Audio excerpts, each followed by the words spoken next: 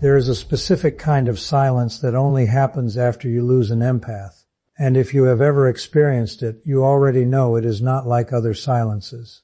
It is not the silence of a fight, where you can still hear the echo of raised voices in the walls. It is not the silence of distance, where a friendship just slowly runs out of things to say.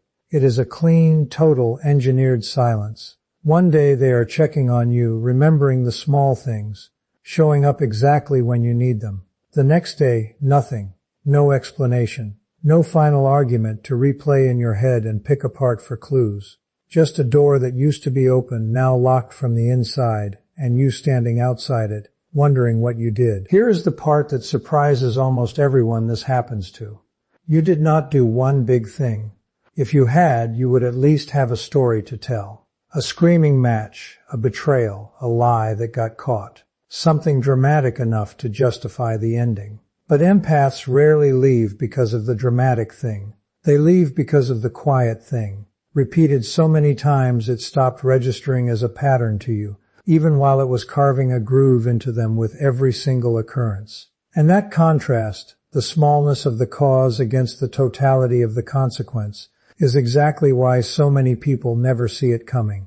So today we are going to talk about what actually pushes an empath to disappear. Not the surface level advice you have heard 100 times, be nicer, listen more, but the specific, almost invisible behaviors that make a deeply feeling person conclude, quietly and permanently, that staying costs more than leaving. And by the end of this, you are going to understand something that most people go their entire lives without ever figuring out, which is that the people who feel the most are very often the ones who say the least about it before they go. Let's define our terms first, because the word empath gets thrown around a lot, and it is worth being precise.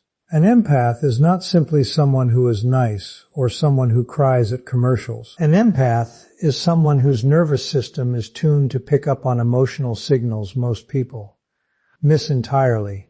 The shift in your voice before you have said anything is wrong. The tension in a room before an argument starts. The exhaustion behind your smile when you say you are fine. They are not choosing to notice these things. Their brains are simply wired to process emotional information faster and more intensely than the average person's, which sounds like a gift, and in many ways it is. But it also means they absorb far more than they let on, and they carry far more than they ever ask you to carry for them. That combination, absorbing everything, asking for almost nothing, is exactly what makes them so easy to take for granted. And taking someone for granted done slowly enough, over a long enough period of time, is how you lose them without ever raising your voice. Now contrast that with how most relationships actually end. Most relationships end loudly. There is a betrayal, a blow-up, a final straw everyone can point to. Both people know exactly why it is over, even if they disagree about who is at fault. But empaths do not usually give you that closure. And understanding why requires understanding how they are built. Confrontation costs them more than it costs most people, because they do not just feel their own anger in a conflict.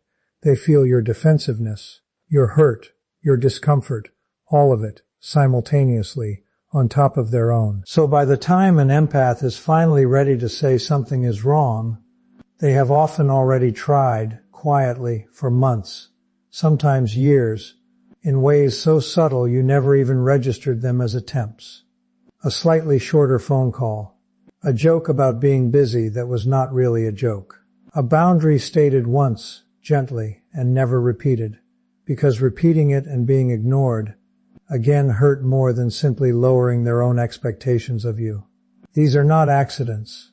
They are early warning signs, and almost nobody catches them because they do not look like warnings. They look like someone just having a busy week. This is the trap. The very sensitivity that makes empaths such good friends, partners, and colleagues is the same sensitivity that makes their exit so quiet you mistake it for nothing happening at all, right up until the moment it is permanent. And once it is permanent, it tends to stay that way, because an empath who has finally decided to protect their own peace rarely goes back on that decision. Not out of spite, out of self-preservation. So if you have ever had someone like this vanish from your life, and you are still turning it over in your mind, trying to find the one thing you did wrong. I want to save you some time. It probably was not one thing. It was a pattern built slowly, out of moments too small to argue about individually, which is exactly what made the pattern so hard to interrupt. You cannot fight a feeling someone will not name. You cannot apologize for 100 tiny things you never noticed doing, and that is precisely the position most people find themselves in after an empath leaves, replaying a friendship or relationship for evidence that was never loud enough to catch in real time. These patterns are not exclusive to empaths. They are simply amplified by them, made visible faster, because empaths have less tolerance for imbalance than most people do. So what you are about to hear is not just a warning about how to keep an empath in your life. It is a broader lesson about the kind of behavior that erodes any relationship just more slowly, in people less attuned to notice it happening. We are going to walk through exactly what that pattern usually looks like, starting with the behavior that, more than any other, tells an empath everything they need to know about where they actually stand with you. The first behavior is the one people are most surprised to hear named, because on the surface it does not look like a problem at all. It looks like trust. It looks like reliability. It is the habit of treating an empath's steadiness as something that will always be there, no matter how little you invest in maintaining it. You start to assume they will pick up the phone. You start to assume they will forgive the missed birthday, absorb the last-minute cancellation, understand when you are too busy for the third week in a row. And on any single occasion, that assumption is reasonable. People get busy. Life happens. The problem is not the individual instance. The problem is what happens when that instance becomes the default setting of the relationship, and you never notice, because from where you are standing, nothing has changed. They are still there. They are still kind. They still answer when you call. What you cannot see is the quiet internal shift happening on their end, where every unreciprocated effort gets filed away, not out of bitterness, but out of the same emotional awareness that makes them so perceptive about everything else. They are doing the math on the relationship even when you are not, and eventually the math stops making sense. Contrast this with how an empath treats the people who do reciprocate, even imperfectly. They do not need you to match them gesture for gesture. They do not need a birthday gift for every birthday gift, a favor for every favor. What they need is evidence that the relationship runs in two directions at all, even occasionally, even imperfectly. A friend who checks in first sometimes, instead of always being checked in on. A partner who notices they are tired before being told. A colleague who says thank you and means it. That is the bar, and it is a low one, which is exactly what makes it so quietly devastating when someone fails to clear it for months or years at a time. It was never about grand gestures. It was about consistency of care in both directions. And once an empath concludes that consistency does not exist, no single grand gesture will convince them otherwise, because by then the pattern has already spoken louder than any apology could. The second behavior is subtler, and it hides inside something that looks like closeness rather than distance. It is the habit of using an empath as your emotional processing center without ever checking whether they have room for it. Here is the distinction that matters. Venting to a friend is not inherently harmful. Everyone needs somewhere to put their stress, their frustration, the version of their day they cannot say out loud at work. The harm comes from doing this without ever asking, without ever noticing, without ever wondering whether the person on the other end of the conversation is currently carrying anything themselves. Most people vent the way you'd use a public bench, assuming it is simply there, permanently available, unaffected by how many people have sat on it that day. An empath is not a bench. They are absorbing the emotional temperature of what you are telling them in real time, and if you have done this to them enough times without reciprocity, you are not venting to a friend anymore. You are outsourcing your regulation to someone who was never trained, paid, or asked to provide it. What makes this especially easy to miss is that empaths are good at hiding the cost. They will nod. They will ask good follow-up questions. They will say the right things at the right moments, because that is what they are built to do, even when it is draining them. You will hang up the phone feeling lighter, and you will have no idea that you have just left them holding something heavier than what you handed them, because they absorb not just your words but the emotional charge underneath them. Do this consistently, without ever pausing to ask how they are doing, without ever noticing the slight delay before they respond, the shorter replies, the excuses that start appearing more often, and you will eventually run into a wall you did not see coming, because you were never watching for it in the first place. Here is the contrast that matters most in both of these behaviors. A person who occasionally forgets to reciprocate, who occasionally vents without checking in first, is simply human, and no empath expects perfection from the people around them. What actually breaks the relationship is the absence of any correction once the pattern becomes visible. Every relationship has moments of imbalance. What separates the ones that survive from the ones that quietly end is whether the imbalance gets acknowledged and adjusted, or whether it simply continues, unchallenged, until the side person absorbing it decides that saying something is no longer worth the risk of being told they are overreacting. And that risk is not hypothetical. It is the exact hinge point we are going to look at next, because how you respond in the moment inane. Empath finally does speak up determines almost everything about whether they stay or go. Most people think the danger zone is the silence before someone leaves. It is not. The real danger zone is the one conversation where they finally tell you something is wrong, and you get to choose, in that single moment, whether to make it safe for them to keep telling you the truth, or to teach them, permanently, that honesty with you costs more than it is worth. What you do in the next 60 seconds of that conversation will often outweigh months of otherwise good behavior, which is a strange kind of pressure, but it is the honest shape of how trust actually works with people who feel everything this intensely. So let's stay in that moment because it deserves more attention than most people give it. An empath rarely brings up a problem the first time it bothers them.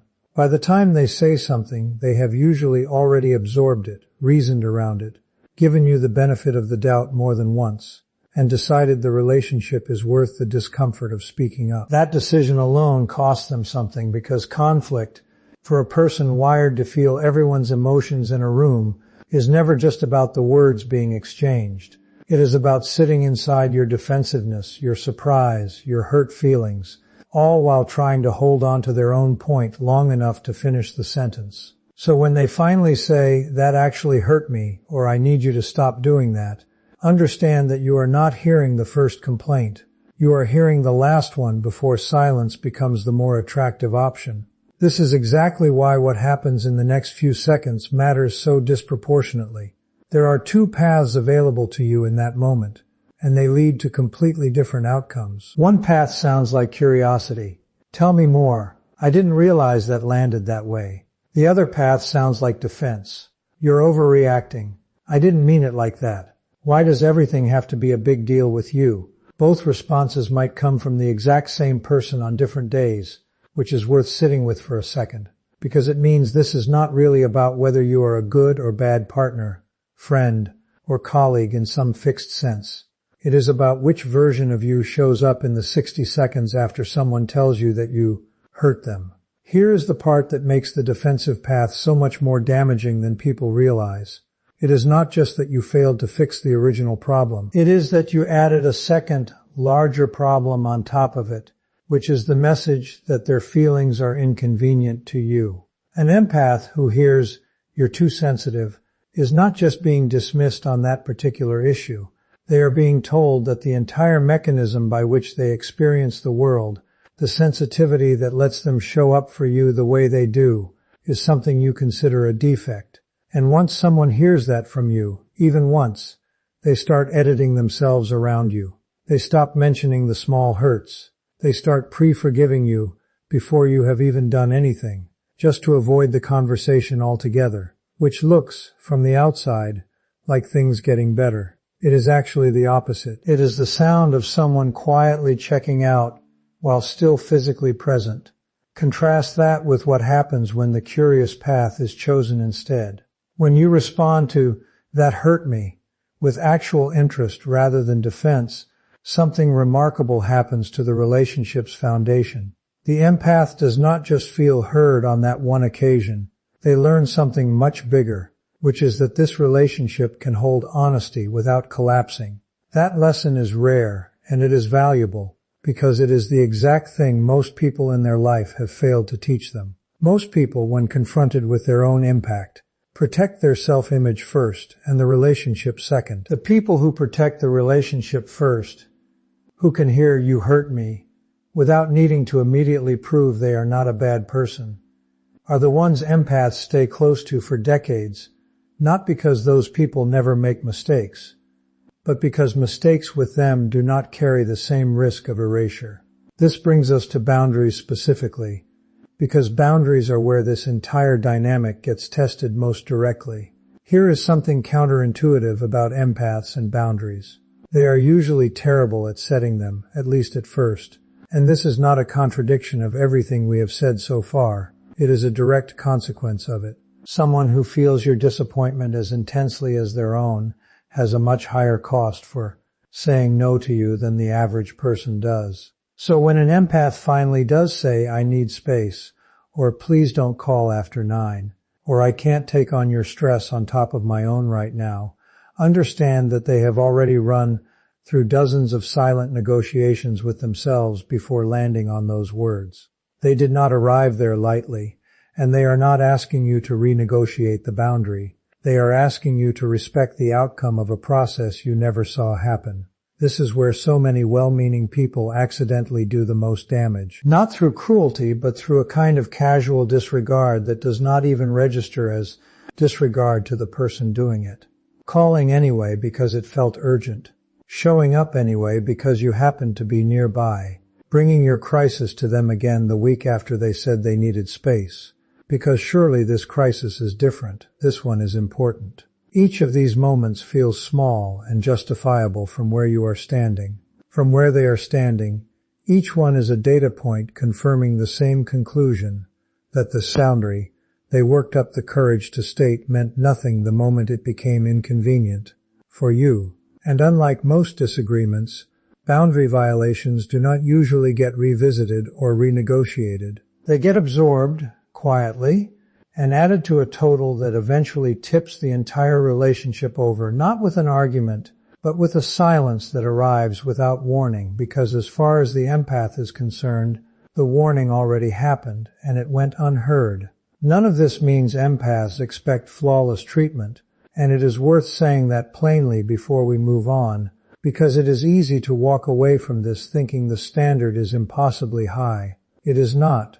What they are actually tracking is not perfection. It is whether a boundary once stated changes your behavior at all, even imperfectly, even with the occasional slip. A person who crosses a boundary and catches themselves, who apologizes and adjusts, is treated completely differently than a person who crosses it and simply keeps going, as though nothing was said.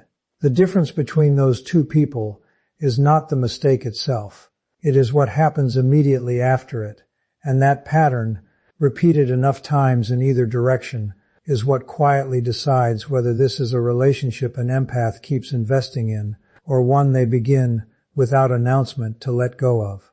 There is one more pattern worth naming before we close this out completely, and it is the quietest one of all, which is exactly why it does the most long-term damage. It is the habit of letting an empath's invisible work become the invisible foundation everyone else stands on, without anyone, including you, ever saying thank you for it. Think about the last gathering you were at that actually felt genuinely good, the kind you still remember fondly. Someone made sure the quiet person in the corner got pulled into conversation. Someone noticed the tension between two people before it became a scene and gently redirected the room. Someone remembered who was going through something hard and checked on them without making it a whole announcement. That labor is real. It takes energy. And in almost every group, one person is doing the majority of it, usually without being asked, usually without being thanked, because it does not look like labor from the outside. It looks like personality. Now contrast that with who gets the credit. The party gets called a great party, and the host gets the compliments, while the person who actually managed the emotional temperature of the room fades into the background of the story. The team gets called high functioning, and the manager gets the promotion, while the person who quietly checked on 3 burned out coworkers that month is never mentioned in the review. This is not usually deliberate theft. Most people are not consciously stealing credit from an empath in their life. But the effect on the empath is the same either way, because eventually they start to ask themselves a very reasonable question. If nobody notices when I do this, what happens if I simply stop? And the answer, more often than people expect, is nothing dramatic. No confrontation, no demand for recognition, just a slow withdrawal of the invisible work, and then, not long after, a slow withdrawal of the person doing it. So here is what all of this adds up to, and it is worth saying plainly rather than leaving it implied. Empaths do not disappear because they are fragile. If anything, the opposite is true. It takes an enormous amount of strength to carry other people's emotions on top of your own for years, to keep showing up, to keep giving people the benefit of the doubt long after the pattern should have been obvious to them. What finally moves an empath to leave is not weakness. It is the completion of a very long, very patient process of gathering evidence, and the quiet, private decision that the evidence points in only one direction. That is why there is no scene when they go. The scene, if there was going to be one, already happened, slowly, across dozens of small moments you likely do not even remember, because to you they were nothing. To them they were data. If you are listening to this right now and feeling a little uneasy, sitting with the memory of someone who used to check in and does not anymore, someone whose replies got shorter before they stopped altogether, I want to be clear about something. This is not a video designed to make you feel irredeemable. People are not born knowing how to notice invisible labor or read the difference between a boundary and a suggestion. Most of us learn this the same way, painfully, after losing someone who mattered and finally understanding why, usually months too late to do anything about that particular relationship. The value of learning it now, before it costs you the next one, is the entire point of sitting through something like this. And if you are the other version of this story, the person who has done the leaving, the one who finally reached your own limit and disappeared without an explanation, I want you to hear something too. You were not wrong to protect yourself. Silence is not cruelty when it comes after years of being unheard out loud. You do not owe anyone a closing argument for a case you already tried, in good faith, more times than they ever noticed. Your peace was never something you needed permission to choose. Here is the real takeaway. Underneath everything we've covered today, relationships are not maintained by grand gestures or dramatic apologies after the fact. They are maintained in the small, unglamorous moments, the return check-in, the honored boundary, the moment you choose curiosity over defensiveness when someone tells you that you hurt them. Nobody gets this perfect. That was never the standard. The standard is simply this: when someone shows you where their line is, do you remember it? And does your behavior actually change? That is the entire difference between the people who keep their empaths and the people left wondering, months later, why the messages stopped coming. If this made you think of someone on either side of this story, tell me in the comments which part landed hardest. And if you know someone who gives this much and rarely says so, this might be the day to tell them you noticed, before the silence teaches you what the words never could.